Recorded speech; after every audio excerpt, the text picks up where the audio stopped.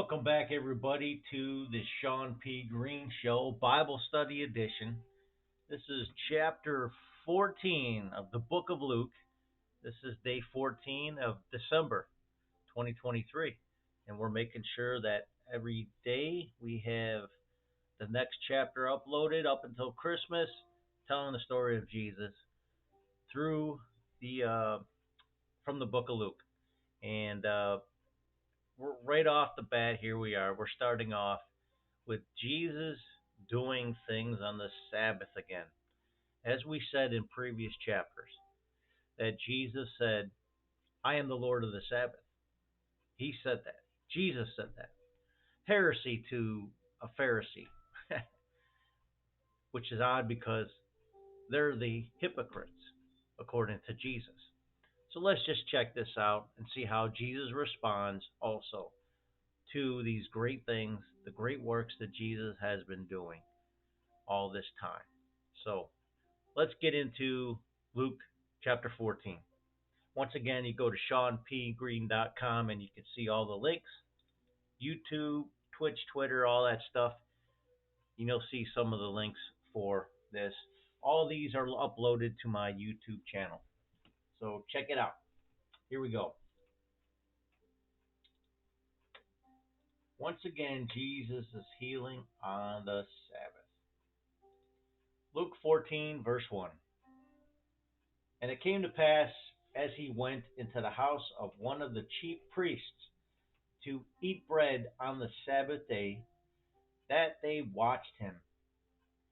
And behold, there was a certain man before him which had a dropsy. So let's see what a dropsy means. I'm going to say maybe a seizure. What does it say? Strong's G 5203. Hydropikos.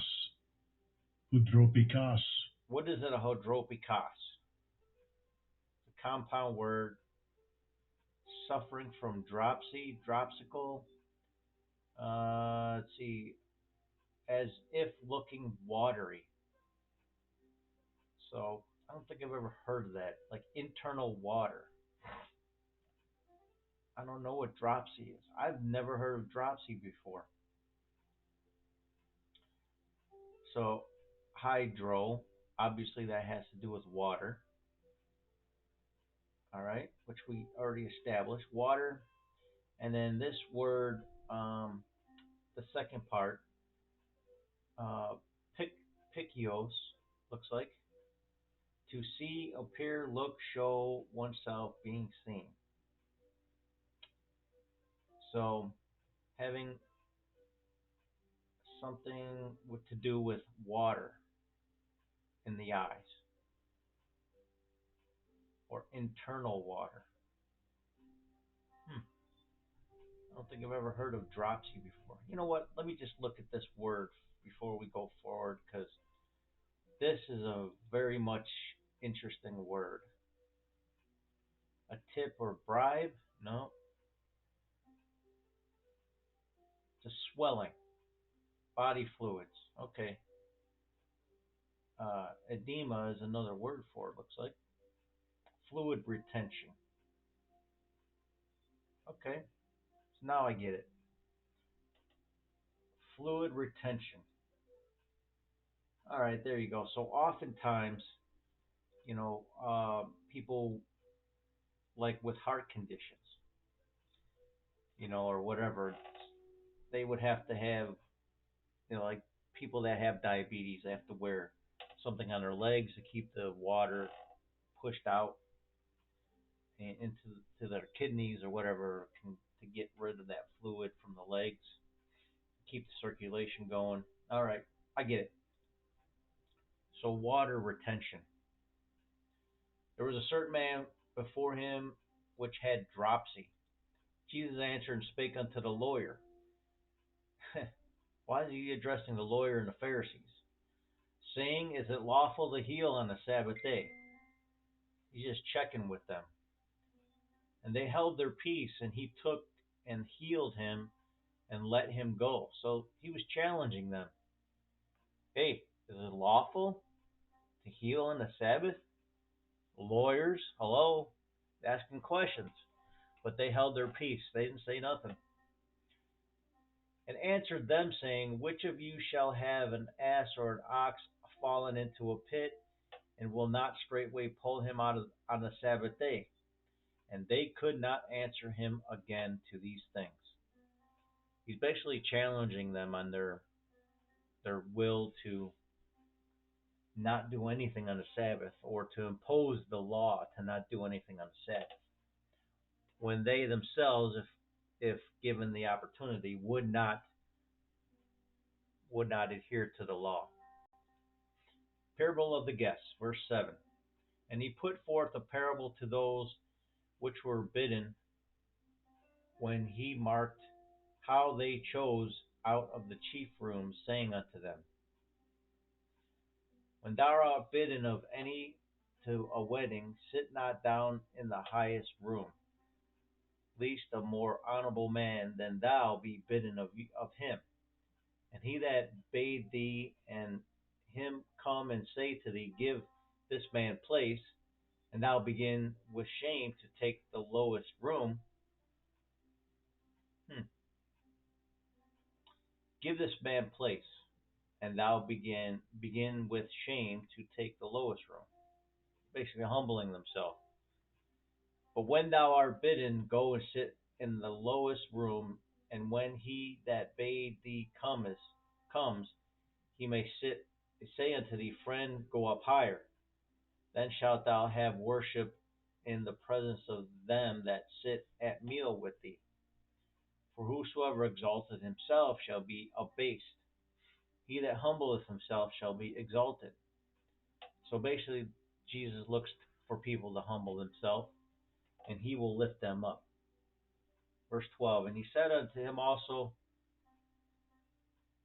that bade him, when thou makest dinner or a supper, call not thy friends, nor thy brethren, neither thy kinsmen, nor rich neighbors, lest they also bid thee again, and recompense be made to thee, or like returning the favor. But when thou makest a feast, call the poor, the maimed, the lame, the blind, and thou shalt be blessed.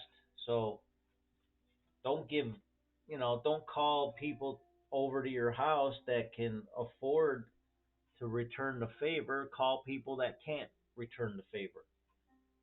And he says, you'll be blessed. For they cannot recompense thee, for thou shalt be recompensed at the resurrection of the just. Wow. Your reward will be in heaven, is what he's saying.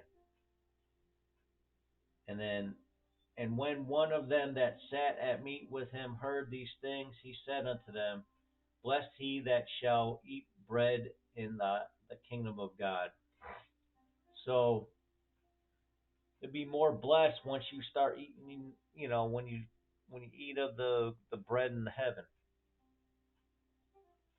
Matthew 22, 1 through 14 is the reference for the whole story. It's the marriage parable. Okay, the parable of the dinner, starting at Luke 14, verse 16. And he said unto them, a certain man made a great supper, and bade many, and sent his servant at supper time to say unto them that were bidden, come, for all things are now ready. And they all with one began to make excuse. The first one said unto him, I have bought a piece of ground. I must needs go and see it. I pray, have me excused. So people trying to get out of this dinner. And another said, I have bought 5 yoke of oxen, and I go to prove them. I pray, have me excused. Another said, I've married a wife, and therefore I cannot come. So that servant came and showed his lord these things. Then the master of the house, being angry, he's trying to give a nice feast for all these people.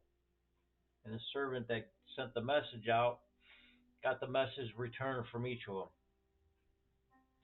The Lord, the Lord, so that the servant came and showed his Lord these things.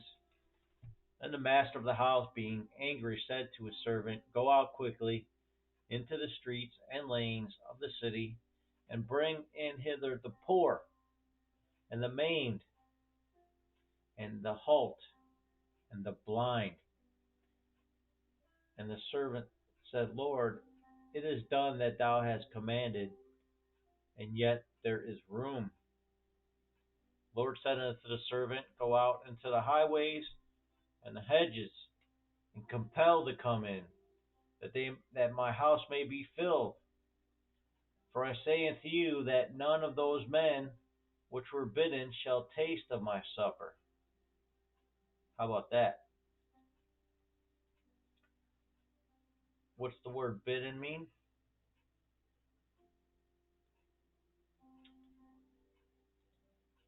Kaleo, those that are called with a loud voice or invited. Okay?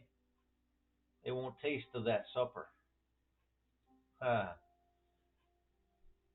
it's an interesting uh, thing. What is his what is Jesus' supper he's referring to? It's an amazing study right there. We'll get into that someday maybe. We're just reading through Luke chapter 14 today though. The disciples tested. This is the next section. Matthew 10:34 to 39. All right, Luke 14:25. Let's continue. And there went great multitudes with him, and he turned and said to them, If any come to me and hate not his father and mother and wife and children and brethren and sisters, yea, and his own life also, he cannot be my disciple. Let's look at that word hate. It's a pretty strong word. Mizio.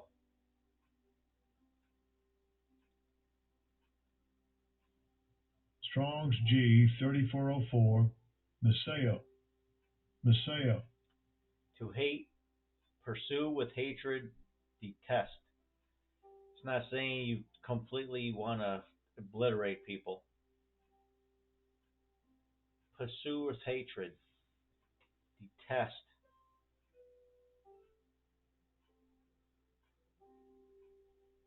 Love your neighbor and hate thy enemy. Detest them. So you basically you just make it a point. If you don't detest your own family,